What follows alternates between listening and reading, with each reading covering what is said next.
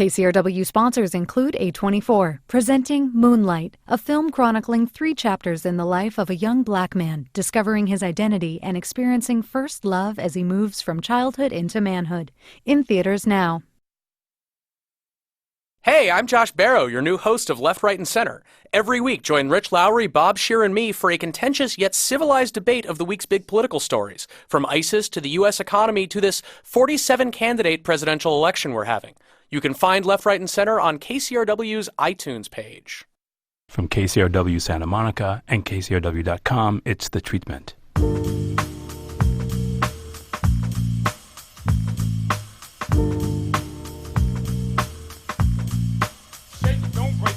Welcome to The Treatment. I'm Elvis Mitchell, sitting across from a bi-coastal gentleman who you may know from many of his novels. One of my favorites was Wake Up, Sir, which brings to mind his new series on Starz. His first show was on HBO, Bored to Death. His new show is Blunt Talk. I'm, of course, sitting across from novelist and executive producer and creator Jonathan Ames. Jonathan, thanks so much for being here. Thank you for having me. Oh, my pleasure.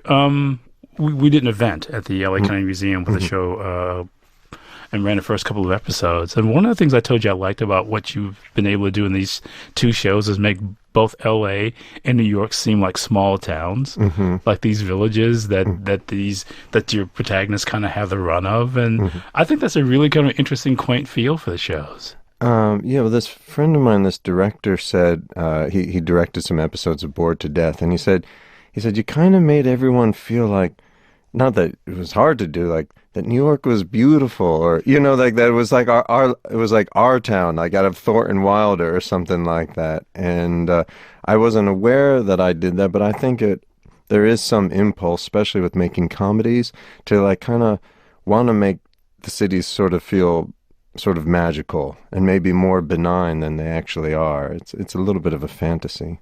But I think you managed to do the same thing with L.A. and Blunt Talk. It seems like a much smaller place to me. Well, I had a lot of fun shooting in L.A. I mean, that's partly why I set the show here, because for 3 years of Bored to Death, kind of was like having a lot of fun, like, in walking around the neighborhoods where I lived in Brooklyn, being, I want to shoot here, I want to shoot here, stuff that hadn't necessarily been showcased before, like the Gowanus Canal or even Grand Army Plaza, So from, the obscure to the not obscure in Brooklyn. But I did 24 episodes. I don't know how many minutes. That's, probably about 28 minutes episodes. Maybe 9 feature films worth of shooting in Brooklyn. And so then I was like, well, let me go to L.A. And there's, of course, so much beauty here. Let me find really interesting exteriors to shoot in. And went from things like the Venice canals to, being on top of Griffith Park to, more obscure locations. Also, you said you had watched a bunch of the episodes, found one of the hidden staircases, that are all on the east side, where I live now, and I just was mesmerized by all these staircases. So that's kind of weird Silver Lake area where you're going up and you don't know quite where you are. It's sort of like San Francisco, but not really. Yeah, no, these incredible staircases that I guess they built in the 1920s when there were more trolley cars, and people would be dropped off at the bottom and like trudge home up these, probably like 8 or 9 flights of stairs, really. I recently was going through a mental breakdown, and part of my personal cure was to run up the stairs, kind of like doing my own sort of spiritual Rocky thing, as if I could purge the madness in me. Anyway, but we shot on one of those staircases also as an homage to the Music Box with Laurel and Hardy. Yeah. There are quite a few movie allusions in the show, but we should talk a little bit. You can tell the audience what Blunt Talk is about. Well, Blunt Talk is about a cable news host played by Patrick Stewart named Walter Blunt. And so his show is called Blunt Talk. And it's, I guess, one always wants to make comparisons to other shows to make it easy for people in a sense, or make it easy for oneself. But the Larry Sanders Show kind of comes to mind because on one hand it's about this cable news host, but we're mostly living behind the scenes, with his staff, which is like a family, and his personal life. But it's a little bit also about the world of the news. And I've called it a cross between P.G. Wodehouse and Network. I told you because when I saw the episodes, his network is UBS. And the first thing I thought of was Network. In the very first episode, in fact, there are a few allusions to Network, right down to him passing out. Yeah, well, I watched Network before writing this, and I was kind of like, when I rewatch Network, I was mostly mesmerized by Howard Beale. And a lot of the movie focused on William Holden and Faye Dunaway, which was great. I mean, I love Faye Dunaway in that role. I mean, she was like so interesting with her erotic life, and Holden was always mesmerizing. But I was like, I want to know more about Howard Beale. And so Blunt Talk is, in a sense,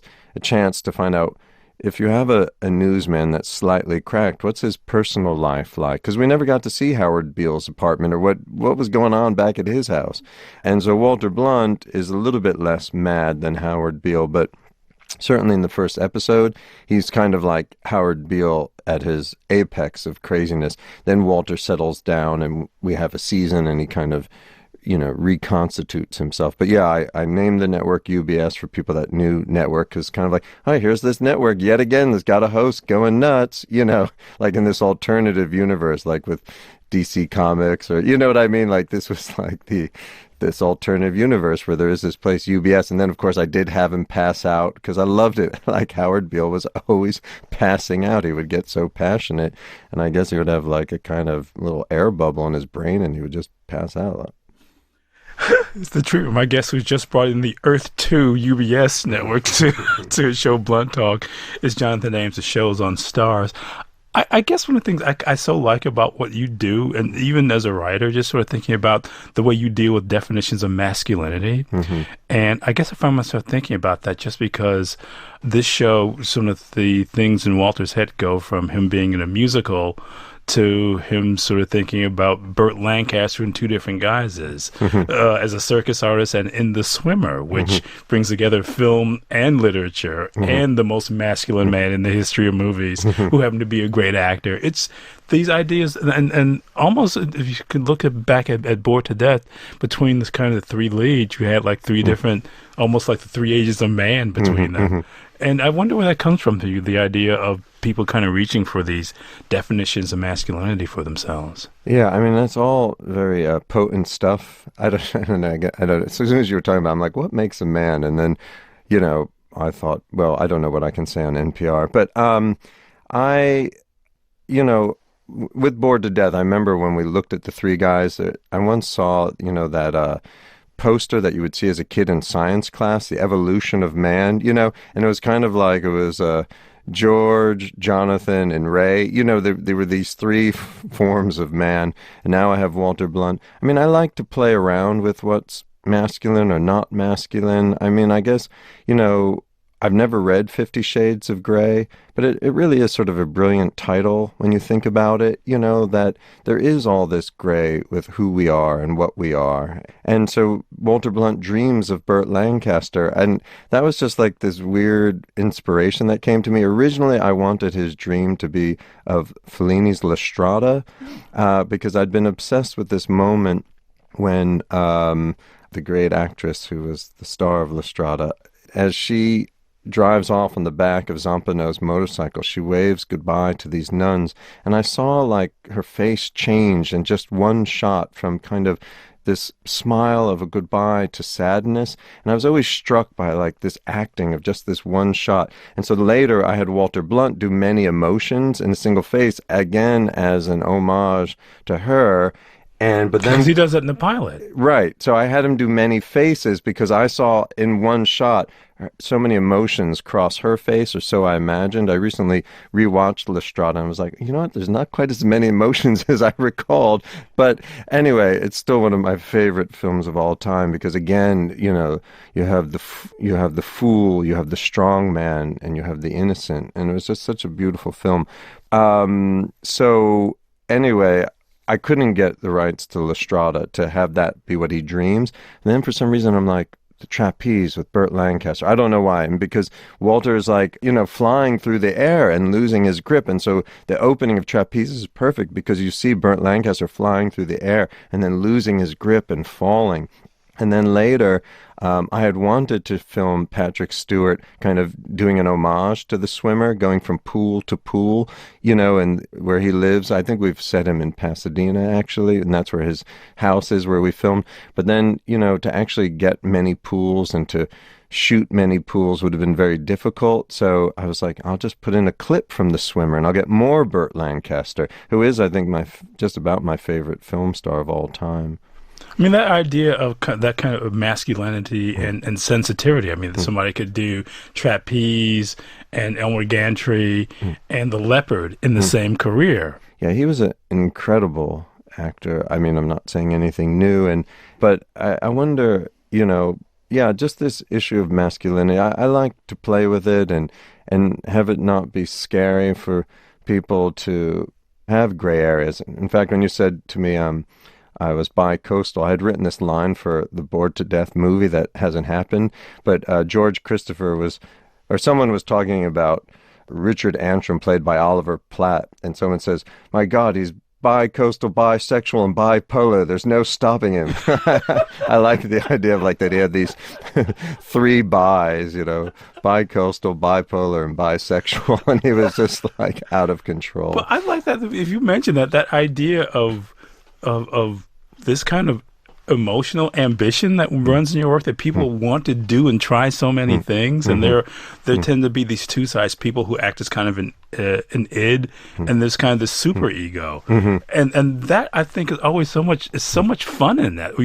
You have so much fun with that. Well, yeah, I think I literally put it on display when I have Patrick Stewart, interview himself. It's kind of like his super ego is like, you are sexually out of control, and I guess the id is going, I know, I'm sorry, and because we all have these punitive voices in our head, which I guess is the super ego. And I've recently, I'm very intrigued by psychoanalysis and Buddhism recently in the most baby step sort of way. And they're so similar in their approach, though, I think, again, using different terminology, but I think it's very much about trying to make the superego more compassionate for the id, to be kinder, and I think that's the goal of both analysis and meditation, seems to be to have a less cruel voice in one's mind. And then if you have a less cruel voice in your own mind towards yourself,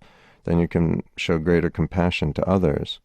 That idea, though, of cruelty and the way it affects people, and I think even the way it affects men, is also something that kind of runs through your work, too. And we really see it play out here in Blunt Talk, don't we? Well, I would imagine so. I mean, we all, again, I'm just repeating myself, but we're very hard on ourselves. And maybe, women are just as hard on themselves as men. But, in the male characters, we see that they berate themselves for falling short, And, I think it comes down to the erection. Again, when you were talking about masculinity, because the man feels this pressure to produce the erection. And, and it's I've got to do it, but I think that permeates the rest of the male's life too, that things become a series of erections that they have to manufacture. I don't know.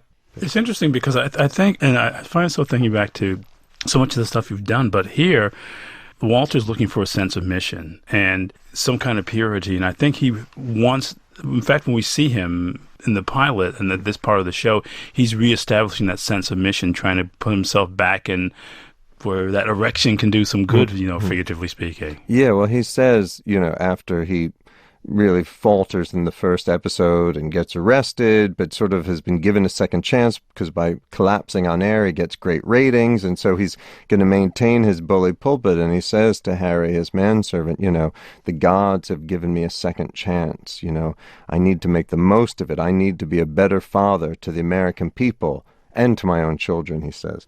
And so he wants to make a difference. And he realizes his position of being at a news desk, he can get information out there that perhaps can tip things in a way that could help humanity, help the planet. But he's also aware, it comes up in later episodes, that media and journalism is changing so much, and that the role of the news anchor and people actually watching the news, it seems like so much we now just get through Twitter and what's trending, and you see someone's name. Have they died or do they have a new record out? You don't know, right? And you quickly click and that's it, right?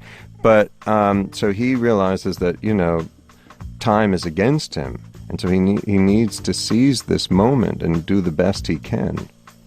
We'll take a break. More Talk of Tumescence with my guest, Jonathan Ames, whose new series on Starz is Blunt Talk. It's a treatment. There's more to come. Stay with us.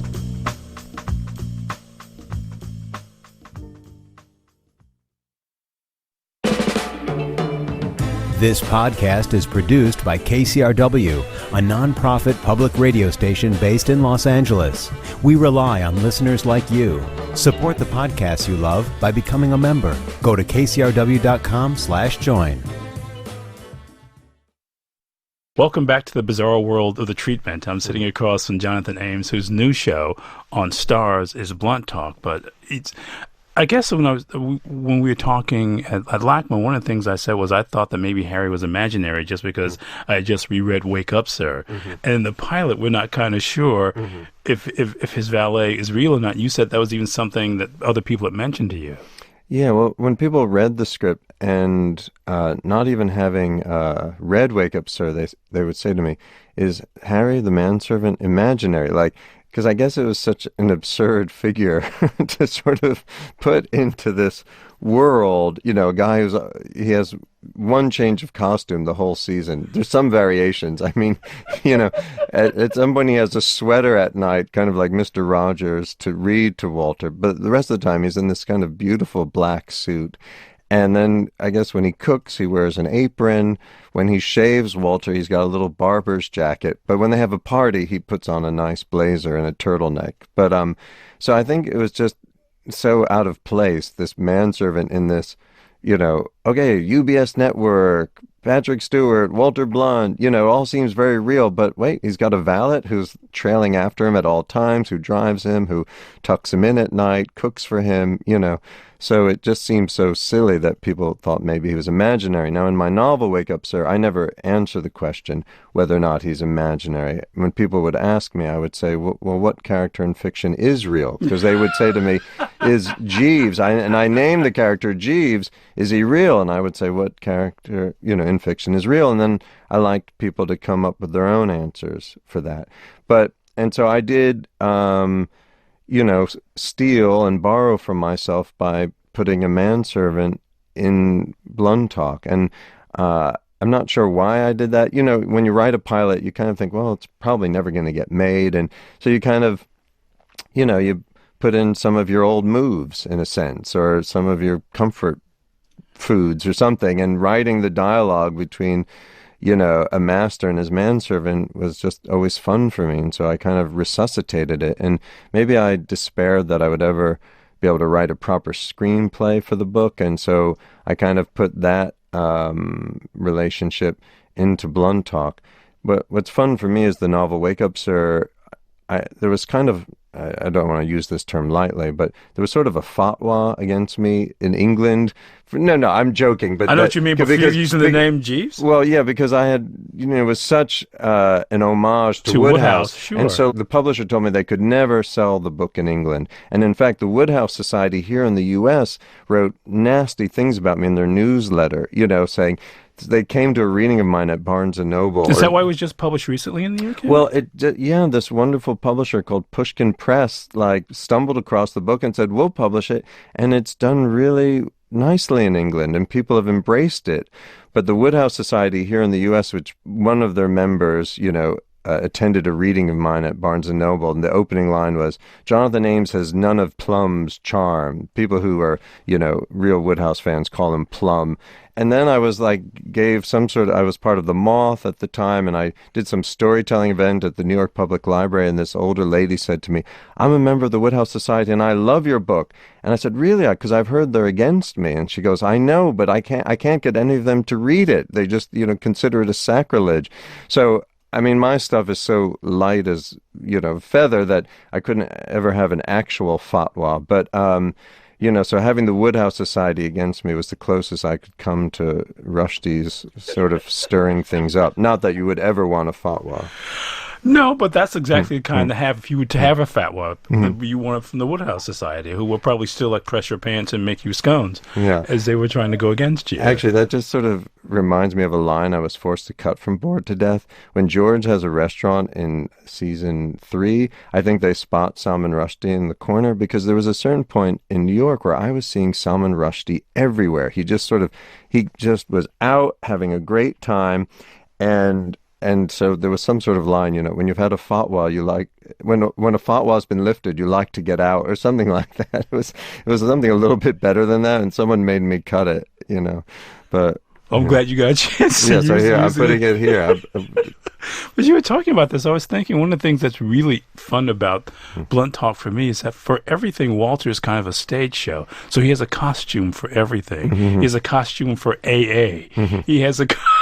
and I just like this idea that everything's kind of a dress-up thing for him. And that's, for me, again, that gets back to this whole kind of boys' book of adventure, kind of a P.G. Woodhouse thing, too, where Bertie sort of getting the costume to go out. I mean, I like that idea of the world being this place where people dress up and consider, but that was also the way things were kind of in Bored to Death too. George would dress for occasion, and just looking at this beautiful jacket you're wearing with the Doris pin on it right now. I like the idea that attire means something to you. Well, certainly, in my role as like the showrunner, which is kind of like being the director, one of the fun things is to sort of dress the characters. Now, I never played with Barbie dolls and Ken dolls, but I played with G.I. Joes, and I loved putting them in their different stuff. And then my era of G.I. Joes had the grippy hands, and I would have them in my closet hanging onto clothing like they were climbing up vines on the side of a mountain or something. So there's something to getting to work with actors and getting to dress them, which is really fun. And I do think, there's a costuming going on. And when Walter goes to AA, Harry holds up 2 sets of options. He goes, we have your Peter Jennings look or your Bono. And he goes, for AA, definitely Bono. But I like to, and dressing the women too. We have a wonderful costume designer. It's just one more way to make the show visually fun. And then also in terms of costuming, though, there is an element, good or bad, that, we wear masks, we wear costumes, that we are presenting ourselves to the world socially. And most of us do put some thought into it, or at least put on a costume that feels like armor. Like I've often described sport coats as a kind of armor. By wearing the sport coat, I feel secure. It's also, for me, the sport coat is very much a male purse, because I've got so many pockets, I can hide all these things. Now, I'm wearing this Doris pin because my great-aunt Doris passed away about a year ago, and she was very close to me. I was kind of her main guardian towards the end of her life. She made it to 101 and a half. And when I was cleaning out her room at the nursing home, I had this incredible experience. I got to be with her the last 6 days of her life and was alone with her, those last hours, and I'd never witnessed that before. And it was both beautiful and heartbreaking. And anyway, when I was cleaning up her room after, I found like this old name tag from one of her jobs or something that had made it to her nursing home. She almost had no stuff in the nursing home by then. And so I was wearing it in my pocket just for good luck. And then I was doing this interview in New York for Blunt Talk, and they pointed out that I had a stain on my front pocket from a marijuana vaporizer pen, which had leaked at some point. So I took out the Doris thing and put it over the stain. And but then later I shifted it up onto further up my lapel because someone thought it might look good there. So anyway, it began as a stain covering, and then I'm just glad to have her with me all the time.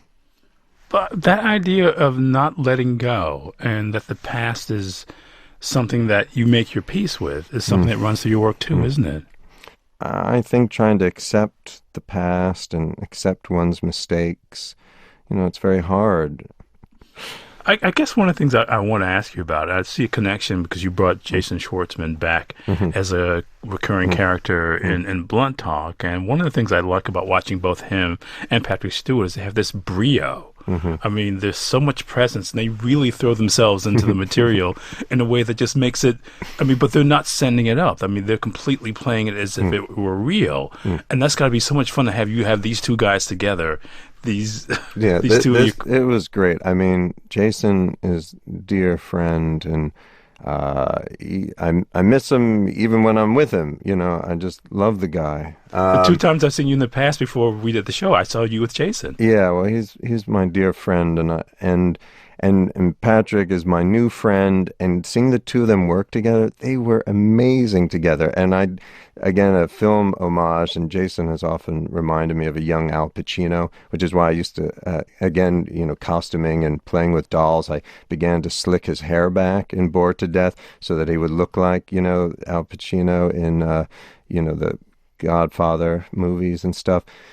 And so I did a Dog Day Afternoon homage in towards the end of the season with Jason, and he was on fire. And Patrick, like Jason was, it's a very slow build to that over the course of the season too. And Jason was on fire, and Patrick was like this lion tamer with the two of them. And then also there was like a sweetness between the two characters too. I don't want to give things away, but that was a lot of fun for me to have Jason on the set of Blunt Talk and getting to work with him again, and then pairing him with Patrick. So that was a great couple of days when having him on set. But there's this wonderful intensity that they both kind of have too. And again, it's fun to see Jason's character, who's the sweetest, most low impact hippie in the world, become this other person over the course of the show.